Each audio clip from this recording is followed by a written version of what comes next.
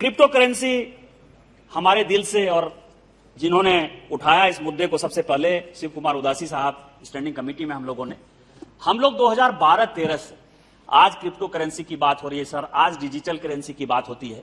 इन लोगों का कैसा विजनलेस आदमी थे, मैं यही बता रहा हूं कि 2012-13 से लगातार हम क्रिप्टो करेंसी की बात करते रहे और कोई भी ऐसा गवर्नर हमारे सामने अपीयर नहीं हुआ, चाहे वो सुब्बा राव साहब हो, चाहे रघुराम राजन साहब हो, चाहे उर्जित पटेल साहब हो, या आज के वर्तमान जो गवर्नर हैं, उस वक्त सेक्रेटरी भी थे और आज गवर्नर हैं शक्तिकांत दास साहब।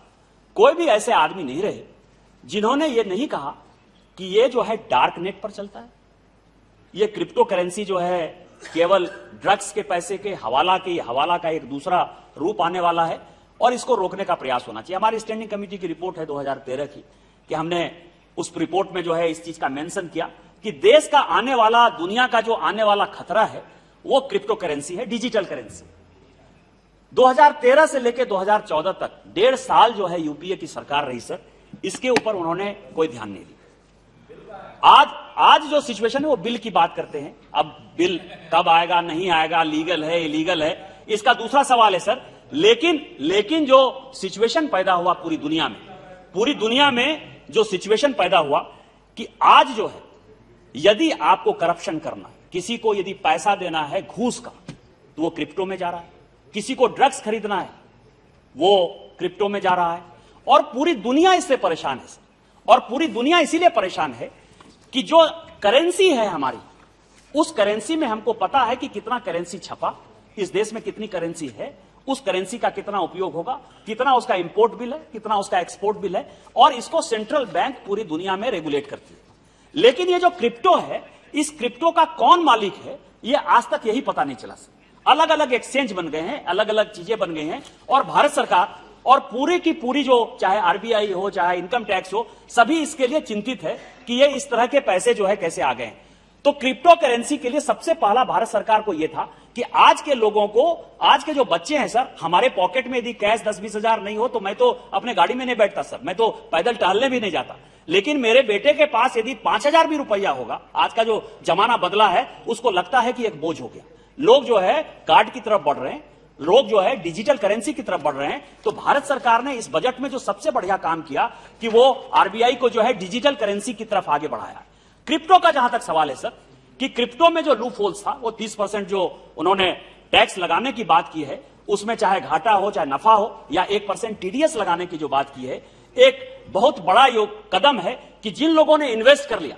और आज के ही अखबार में यदि आप स्पीकर महोदय देखेंगे, सभापति महोदय देखेंगे, तो आज ही के अखबार में फ्रंट पेज पर इकोनॉमिक टाइम्स ने लिखा है कि पूरी की पूरी जो क्रिप्टो इंडस्ट्री है वो हिली हुई है भारत सरकार से, कि जिस तरह से इसके तरफ इस दिशा में जा रही है, वो एक तरह से समझिए कि क्रिप्टो को आज नहीं कल बैन होना ही होना है। और भविष्य की करेंसी जो है, जो दुनिया की करेंसी डिजिटल करेंसी होगी, तो भारत सरकार अपने विजन के साथ उसी तरफ से बढ़ रही है। इसीलिए डिजिटल करेंसी के बारे में भी मुझे लगता है कि अपने को बहुत ज्यादा चिंता करने की आवश्यकता नहीं है और वो रास्ता ठीक ही होने वाला है।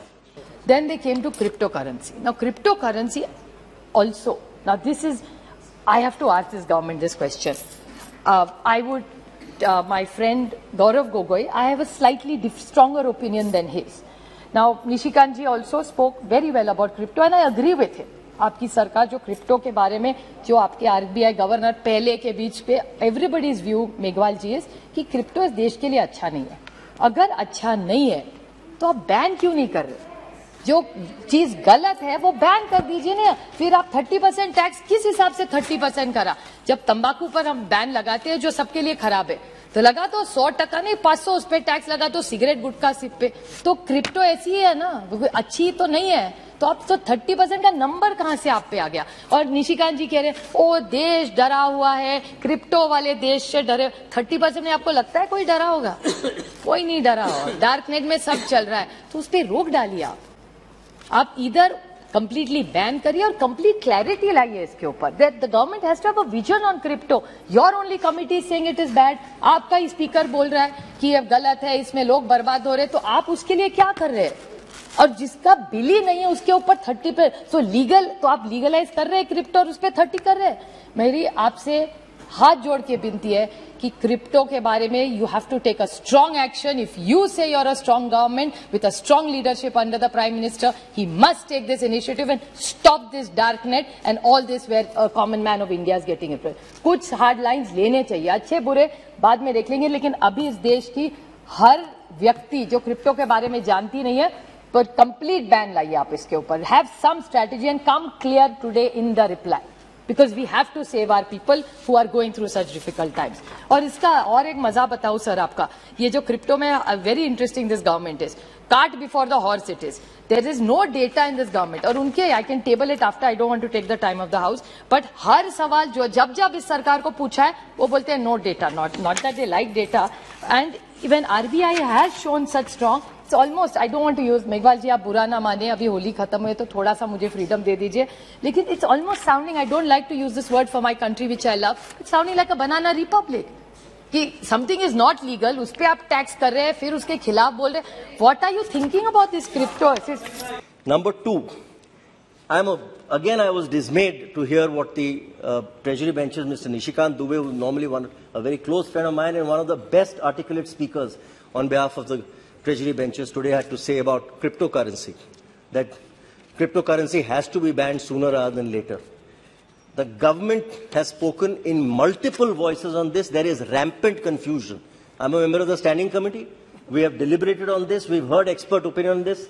Ahluwalia ji, one of the most esteemed members of that committee, was one of the most vigorous cross-examiners of people who we examined. Today, to ban cryptocurrency is the equivalent of banning the internet. It is an idea whose time has come. So I'm vastly surprised that somebody as sharp as Nishikant Dubey and Supriya Sule ji are advocating a ban in this country. What this government has in fact done by this, the notion of a sin activity, it's as though cryptocurrency dealing is something sinful.